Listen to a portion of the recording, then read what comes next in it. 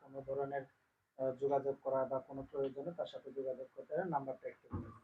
0183 155 4393 0183 155 4393।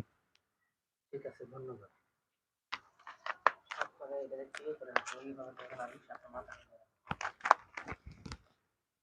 এটা রেখে দে ভাই। হ্যাঁ হ্যাঁ, এটা রেখে দিন, এটা দরকার নাই। আমাদের একটু সাপ খেলা দেখাবেন। এই সাপটা বয়স কত? এটার বয়স অনেক হয়ে গেছে, এটা তো পাওয়া যায় না, এটা পুরানো সাপ। এটা আমার কাছে নিচে 3 থেকে 4 বছর ধরে রাখছি। 4 বছর এইখানেই আছে? জি, যারা ইঁদুর দেয়, বড় বড় ছেলে ইঁদুর দেয়, মাংস দেয়, এটা খাই ফেলা।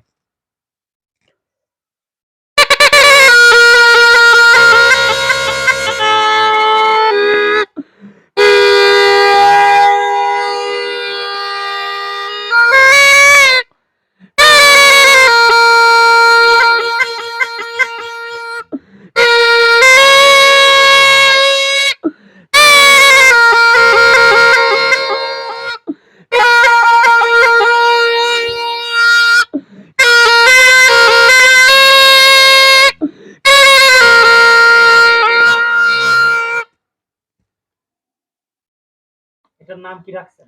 এটার নাম হলো গক্ষুর সাপ, কেউ বলে পানক নাম সাপ। রাখে না অনেকে? জি না, জি না, আমরা নাম রাখি না।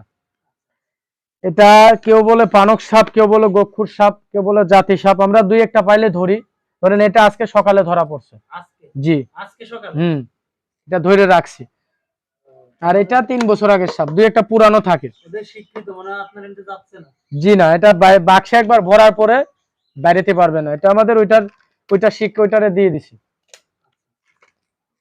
যে যেটা করে সে সেটা শিখেই করে। ধরেন আপনি সাংবাদিকতা করতেছেন, আপনি না শিখলে তো এটা করতে পারতেন না।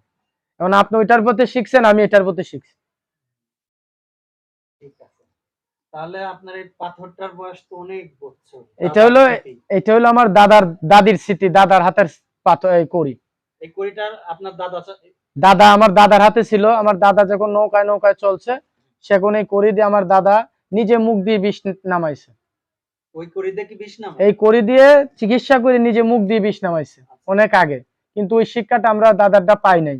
দাদার হাত থেকে আমার দেখা যাচ্ছে এই যে দাদা, তার মানে তার বাবা তাকে দিয়েছে। জি, তারপরে তার বাবা পাইছে। বাবাকে দিয়েছে। জি, আপনার বাবা আপনাকে জি। দিয়েছে। তারপরে এখন কি ফিউচারে আপনার পরের প্রজন্ম মানে আপনার বাচ্চাদের হাতে কি আপনি দিয়ে দেবেন? আশা আছে বাচ্চাদের হাতে দেব না, বাচ্চাদের পড়ালেখা করাবো। যার যেতটুকু যদি ভাগ্য থাকে পড়বে।